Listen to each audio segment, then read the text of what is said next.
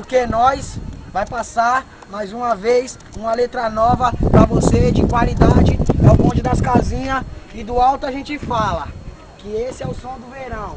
E pra quem não curtiu, pra quem não conhece, eu sou o MC Lão e assim que eu mando. Esse é o som do verão, é a nova do Lão. Tá de Rony, tá de Kawasaki, peão no calçadão. Esse é o som do verão, e essa é a nova do Lão. Tá te passando uma mensagem ao som do tamborzão. Beatspower.com. Na praia é só filé, onde os vagabundos andam gozando de Naveira e Santa Fé. É assim que é, prometo ter uma dessa, porque eu tô cansado de sofrer, andar de bicicleta, usando as palavras certas e seguir um bom conselho. Se nós cantar funk é pra poder alegrar os companheiros, sair da depressão, pra pensar em crescer não desça. Atitude, a virtude, travassa a cabeça, palpite na assistência, nós dá tchau pra concorrência. A humildade além de tudo é a visão da soberba. Esse é o som do verão, é o MC Lão. Tá te passando uma mensagem de quem tá no tamborzão.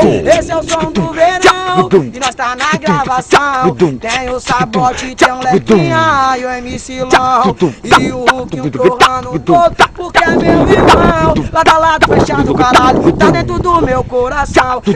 E é assim que é, é assim que é. E a gente cai pro rolê, na praia é só filé, onde os vagabundos andam gozando de Naveira e Santa Fé. É assim que é, eu prometo ter uma dé, porque eu tô cansado de sofrer e andar de bicicleta, usando as palavras certas, eu segui um bom conselho. Se nós cantar funk é pra poder alegrar os companheiros, saia da depressão, pense em crescer, não desça. A atitude, a virtude e a inteligência, é nós que rouba a cena, malandro é mó presença, diz que é de mil, Kawasaki Beatspower.com. esse é o som do verão, é o MC Lão. Tá te passando uma mensagem ao som do tamborzão. Esse é o MC Lão, e essa é a nova canção. Destrava os bicos, puxa o pino da granada, sangue bom. Se tu gostou, aperta o pause e a repetição. Vai no YouTube e acessa MC Lão.